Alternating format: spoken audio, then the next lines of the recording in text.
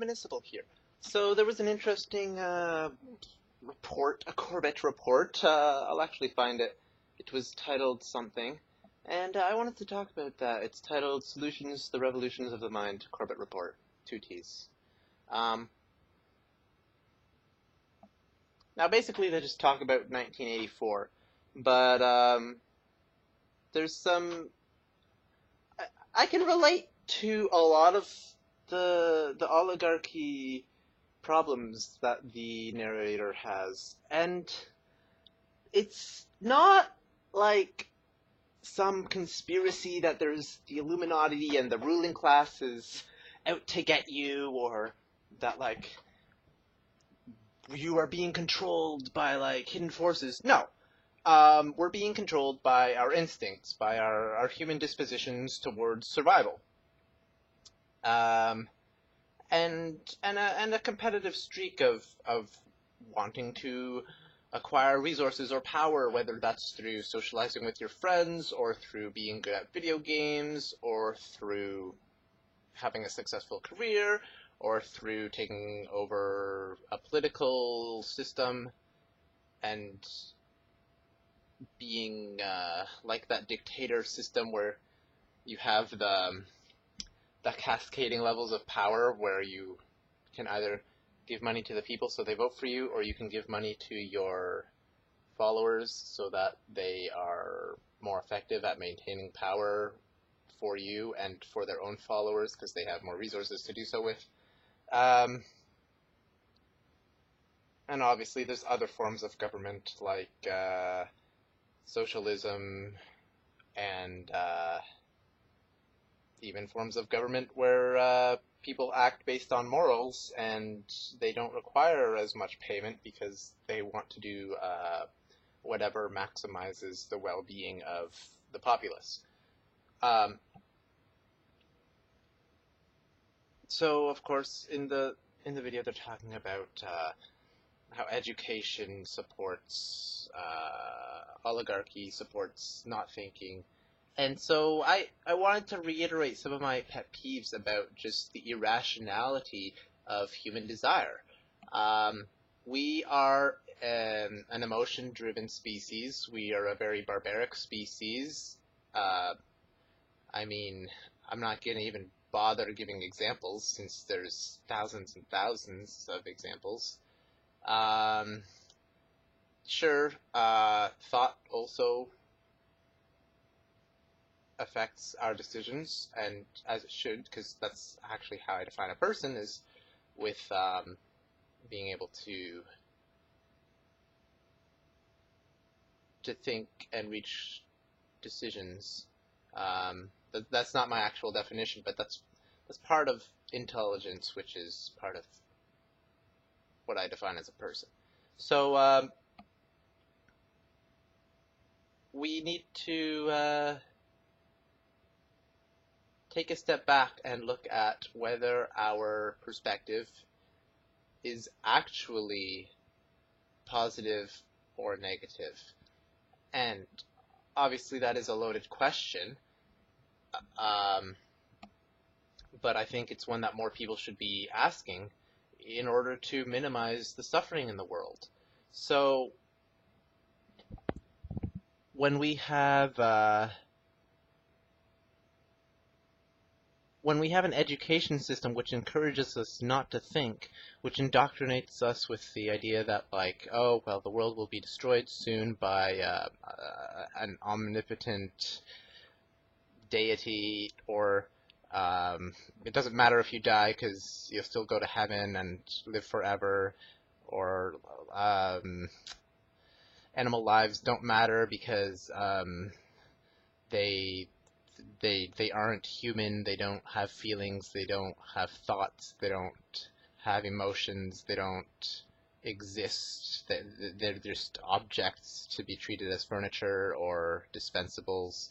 Like, we are taught stuff like that, and like, oh, you can't change things because your actions do not statistically impact the net negative impact of the entire combined populace of humanity. Like, no, you're responsible for your own actions. Um, for children, maybe not, but like at least once you're an adult, and I would say once you're a teenager, you're responsible for your own actions. You take the blame when you commit a crime. Um, and whether that's an illegal crime, or a human rights violation, or an animal rights violation, or a violation of the rights of any intelligent existence, whether a biological organism or not, you're still the one doing that.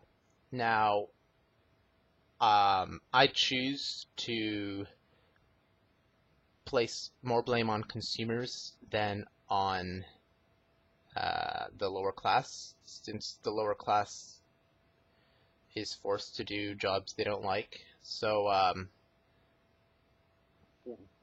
we subscribe to the belief that money has value and is barterable, and perhaps a bit too much, but that is like you cannot trade anything but money, and all transactions have to be taxed, and all the taxes, you have to put the taxes back into war and military and oil and subsidies and like paying for underpaid workers so that you can have employees but not pay them enough so that they have to live on welfare, or not hire security guards so that the police force has to intervene, or paying for meat and dairy subsidies so that there's more farmers' votes, and so that big corporations can make higher profit margins and then feed part of that back into the politicians who made that policy.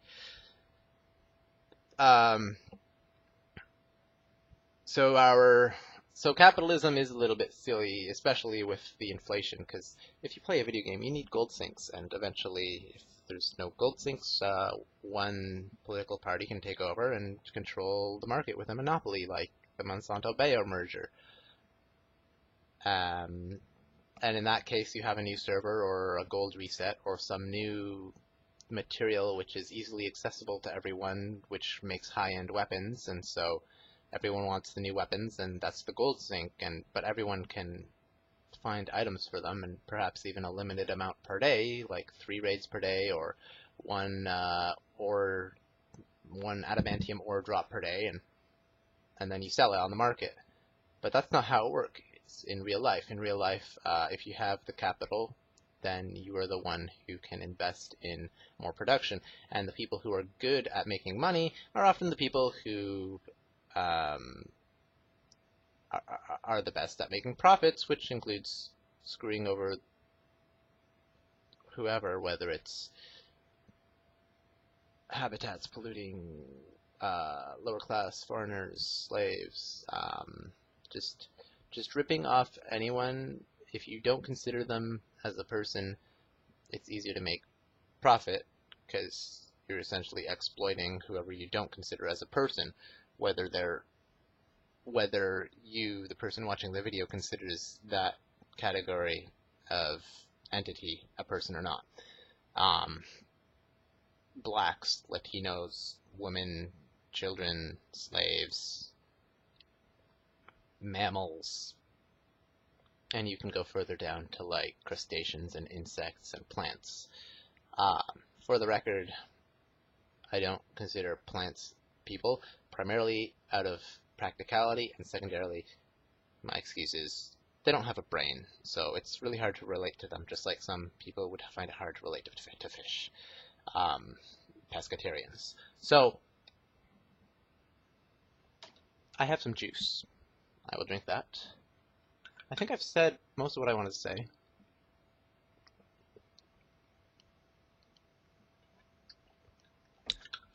So with education, is there mango juice all over my beard?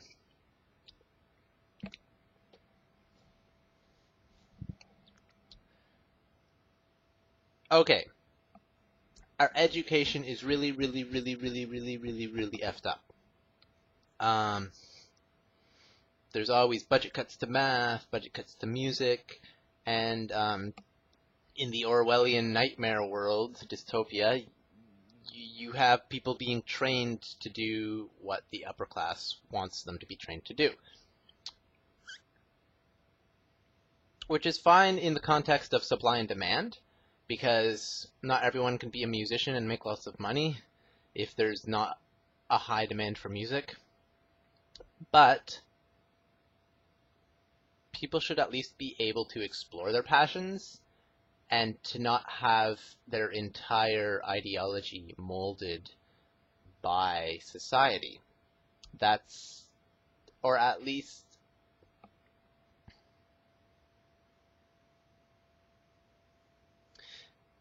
if it's causing harm. And I would say that the societal norms that are zeitgeist is extremely barbaric. Part of the ideologies we are taught at school include carnism, that you're powerless to change the meat industry, therefore you should eat meat. That's part of carnism.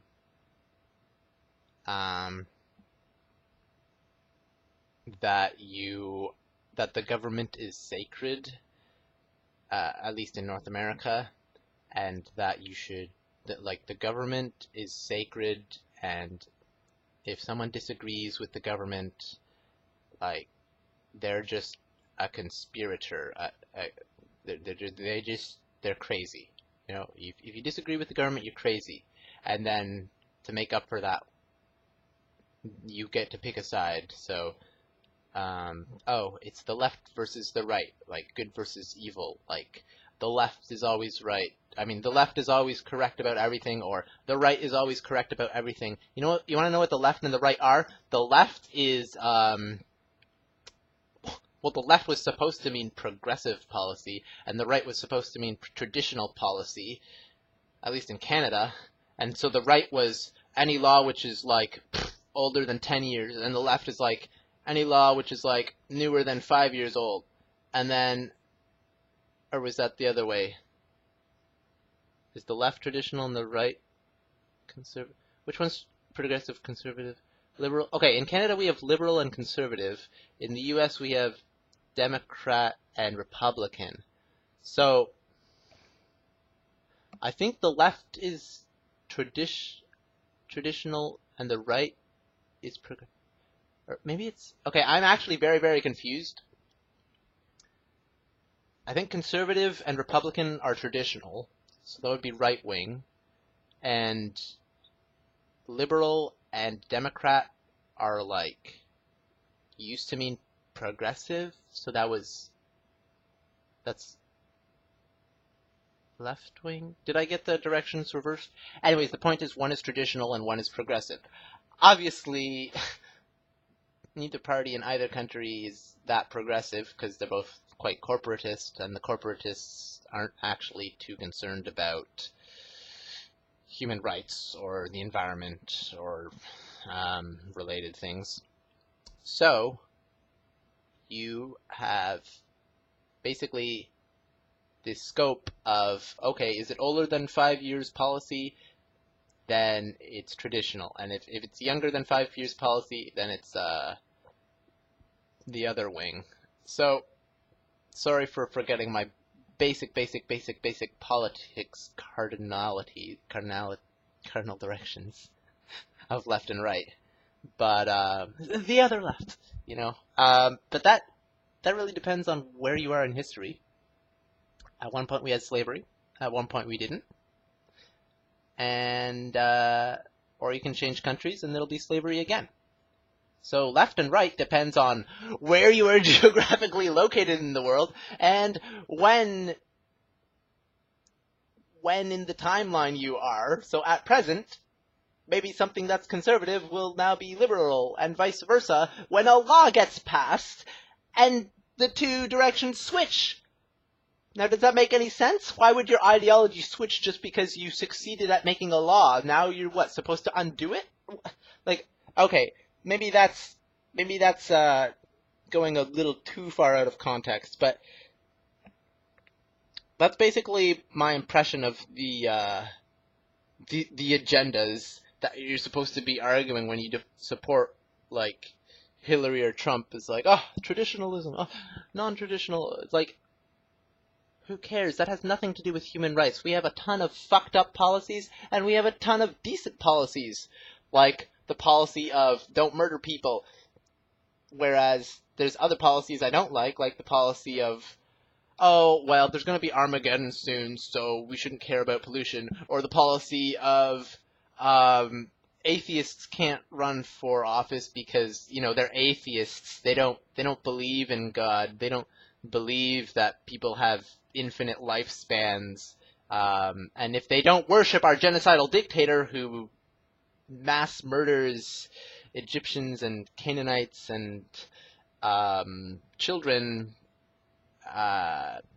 then away with them. They're all evil, demonical, controlled by demons if they don't worship crazy deities. Like, God in the Bible is one of the most fucked up deities I can imagine. It's like, let's see, first off, he's responsible for all disease, for all mortality, for all predation.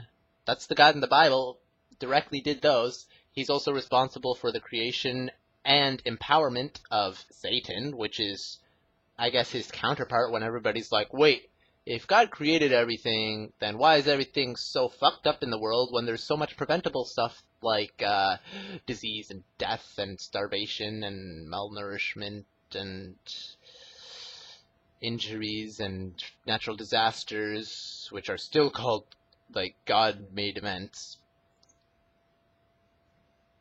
If you build your house in a flood zone and it floods, how's that a God event?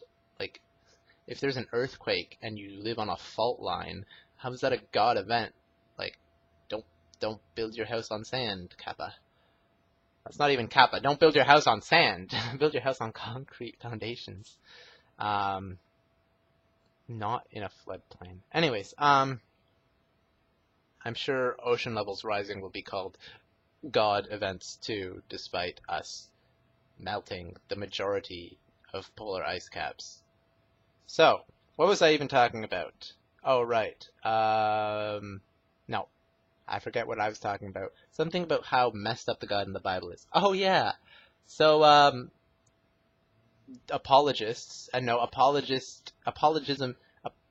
being an apologist is not a zealous, righteous thing. It just means you're trying to make up excuses for something that's messed up and doesn't make sense or is self-contradictory. So, apologists will say, oh, well, we have Satan to blame for all that. Well, no. God also made Satan. So, why would you differentiate the two if, like, Satan is irrelevant, right? And why would you worship someone who's continually making deals with Satan and gambling with Satan and making bets with Satan about Jesus and Abraham and like, hey, if I murder this guy, do you think he'll still worship me? What if I murder the rest of his family? Do you think he'll still worship me? Aha, what a guy. He has all of this sickness and disease and he's still worshiping me. I win the bet, Satan, I win. Like, who would want to worship that kid? So, animal sacrifices, slavery, the Yahweh, the Jehovah, the biblical God. Well, I don't know about this Trinity where, like, somebody who cheats on her husband is now considered a third of God. What? Anyways, I'm sure I've offended some people, but, like, the real thing that should be offending you is your own belief system, because it's just worse than barbaric, right? And it's belief systems like this that that teach people not to think and teach people to subscribe to defeatist ideologies that, oh, you have no power in politics. Oh, grassroots movements aren't a thing. Oh, you cannot. How dare you push for progressive policy? We should only react to fucked up stuff after it kills people instead of preventing problems from killing people before they become that much of a problem. Right? Runaway global warming? Oh, well, it hasn't killed off the majority of the human populace with desertification and... Okay, you know what? I do not have a model for runaway global warming. All I know is that if you emit a bunch of pollution which reflects sunlight into the atmosphere and it stays in the atmosphere, then it heats up the atmosphere. And if the atmosphere heats up, then that means there's more relative humidity. Or what's the maximum humidity? Anyways, the amount of moisture the air can hold is higher. And you know what? Water vapor is a greenhouse gas, so you get a positive feedback loop of atmospheric warming. Once it's out of equilibrium, we get runaway warming. When does that stop? I don't know. But the destruction caused is unimaginable. And, I mean, what are we doing to stop desertification? Slash and burn, salinification. Like, there's easy solutions to... You can actually make farms that don't ruin the land after 2 or 3 years. You can actually make irrigation systems that don't salinize the land after 5 years, you know? You can store pollution where it won't leak into the ocean or into drinking water. Or better yet, you can just have a plasma torch at a recycling plant, burn the pollution into its molecular constituents, and then it's harmless because the toxic part of that pollution got broken down in the plasma torch. But no, we can't have sustainability because only Russian operatives want to have sustainable, environmentally safe practices. If you don't want to go to war against, oh my god, Syria, Libya, Afghanistan, Iraq, Somalia, Yemen, did I say Yemen? Then you must be a Russian operative, because only Russian operatives would be anti-war in the United States. Only Russian operatives would be pro-environment. Oh my god, these Russian operatives are responsible for so many evil grassroots campaigns. They must be evil. We must start World War III. Thanks. Thank you, Clinton. Thank you, media. That is such a sensible platform to... Why did I not think of that before? I'm tilted. Run Municipal out. I just can't stand... I cannot stand mainstream media. I cannot stand most humans.